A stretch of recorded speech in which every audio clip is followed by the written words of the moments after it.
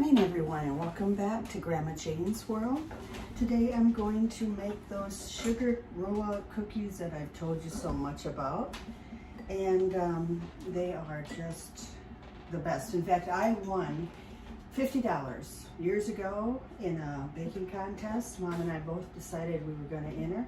She entered the orange date bread that she won $100 for, and I entered these. These are her mother's, Grma Loye's, sugar roll-up cookies in there. They were just fabulous. So anyway, I hope you will like them too. This is kind of easy. I do this recipe so much I almost have it memorized, but I'll read off the recipe, excuse me. And it's like the cup at first. It's a cup of white sugar, a cup of powdered sugar, a cup of butter, a cup of Crisco, 2 eggs, 2 tablespoons vanilla, 4 cups flour, 1 teaspoon soda, baking soda, 1 teaspoon cream of tartar. And what you do is you mix your sugars and shortenings first all together, which normally you do. You add your eggs, vanilla, and dry ingredients. I got a frog in my throat here. Refrigerate the dough for a little bit so it's easier to work with because it's so moist. And that'll make it a little easier to roll out the dough, and then you can bake them. So that is what I am going to do. I'm going to mix together the dry ingredients and the wet ingredients at first, and then I'll take and cut when it's time to let it chill, and then I'll bring you back to show you how I roll them out and bake them. These are delicious cookies. A lot of people have this recipe. I have a friend, Teresa, that makes them for Hawkeye tailgate parties and frosts them because they're just really good. Okay, so first of all, I'm going to take that 1 cup of sugar and put it in the bowl, and then the baking powder. I always forget to get that spatula. The baking powder goes in, or the powdered sugar, I'm sure. Sorry, jeez, I'm not awake today. It's too early. Okay, and then the 2 sticks of butter is next. That's next.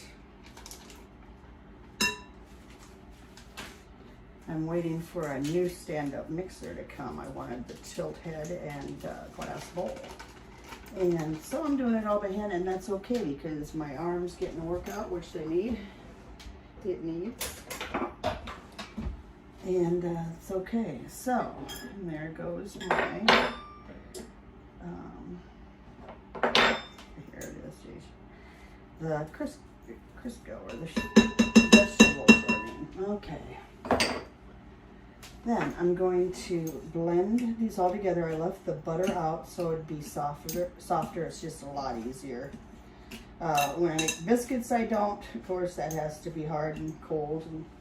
But for these, it should be soft so it's able to be incorporated a little better into the sugars.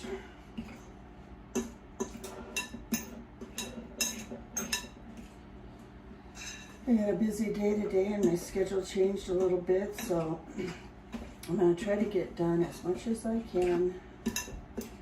And these take a little time, and just the fact that you have to refrigerate them a little bit. So watched the game last night, and the Chiefs won, and they played a good game. And they go on to play the Buccaneers on February 7th for the Super Bowl. Can't believe it's that time already. Just can't believe it.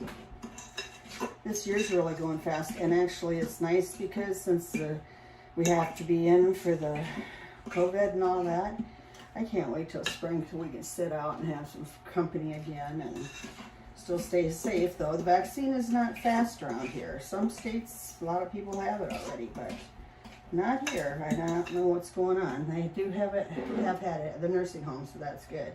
Okay, next I'm going to add my eggs, which I'm going to crack in here just so I don't get a shell or something like that.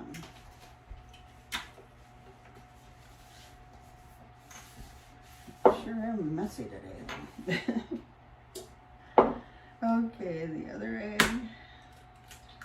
Gotta laugh, right? They say even if you don't have something to laugh at in particular, you should laugh every day because it's healthy for you. I do believe that. And living with my Irish mom, she's always giggling or laughing about something, so that really helps. I don't know how I'd gotten through this COVID without her. She's been a blessing.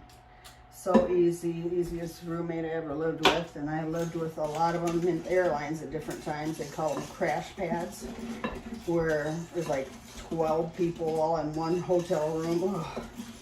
But you do what you gotta do to get by. I don't miss those days though. I made some really good friends, but I don't miss that sleeping arrangement stuff. Everybody had a twin bed or something, but it was not the best anyway. So, okay, next I'm going to add, if I could see where to help, the 1 teaspoon soda. This is the baking soda right here. And cream of tartar. Now, when it comes to the vanilla, you don't have to do this, but I do. It calls for 2 tablespoons. What I do is I put 1 tablespoon of vanilla in and 1 tablespoon of almond flavoring, because I do like that almond flavoring in my cookie as well as in my frosting. And that's, like I said, optional. You don't have to do it. That's what I've done over the years, and I really like it because I'm an almond flavoring freak. I love it. Okay. And it makes these cookies, it's just perfect in these cookies. All right, getting this mixed up good, and then I'll start adding the 4 cups flour, and then we will be done with our batch. I do oftentimes make double batch of these, like at Christmas time or something.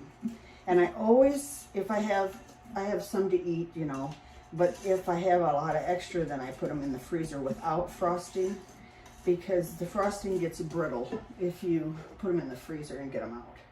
Now I have the oven preheated to 350, and for about 10 minutes is what they take. Don't have the dough too thick, it says, because they raise.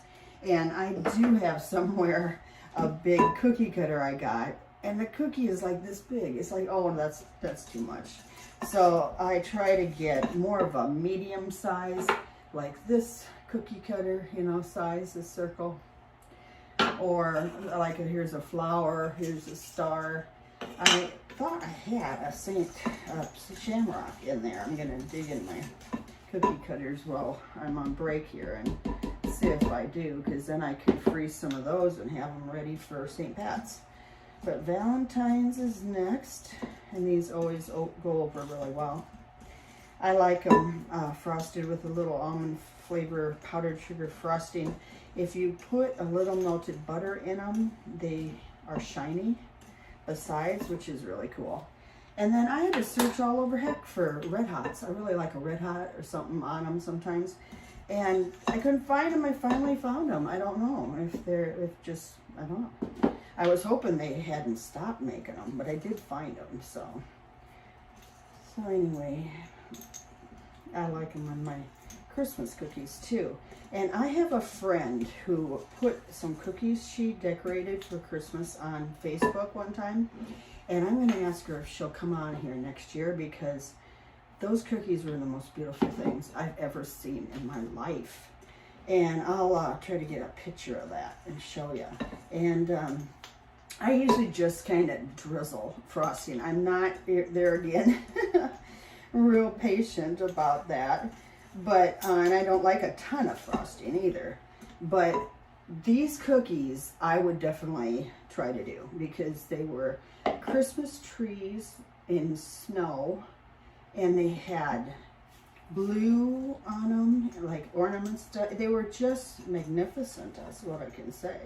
So I will get a hold of her. I know her, she lives in my town, and see if she will demonstrate that. And also, I have a good friend that goes floating with me, you know, on Clear Lake, Barb, and I want to get her over here to show you the fairy town, fairy village, or whatever they call it, that she and her little niece, great niece, made it's fabulous. It's a great idea for young kids out there to make, and it wasn't real hard, and I didn't even know they had like little fairies and stuff. I didn't know that yet.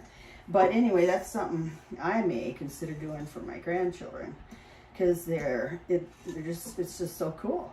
And I can't really describe it to you. Well, it had some wood in it, and then it had a swing that one was on, and it just like a little area that a fairy would live in the woods. It was so cool. So I'll get that filmed and show that to you, because a lot of you parents or grandparents might like to, make something like that, or have your child or grandchild make it with you, because very cool. So anyway, I always like something different to show you that is feasible to make. So I've got this dough. See how it's kind of moist, and it'd be hard, it'd be stickier to try to make cookies right now. So I'm gonna put this and get this chilled for maybe an hour, and then I'll be back to show you how I roll them out and bake them, and then how I frost them. It's not gonna be as fancy as those tree cookies I saw my friend make, but they'll be so tasty. Okay, see you in a bit. Bye.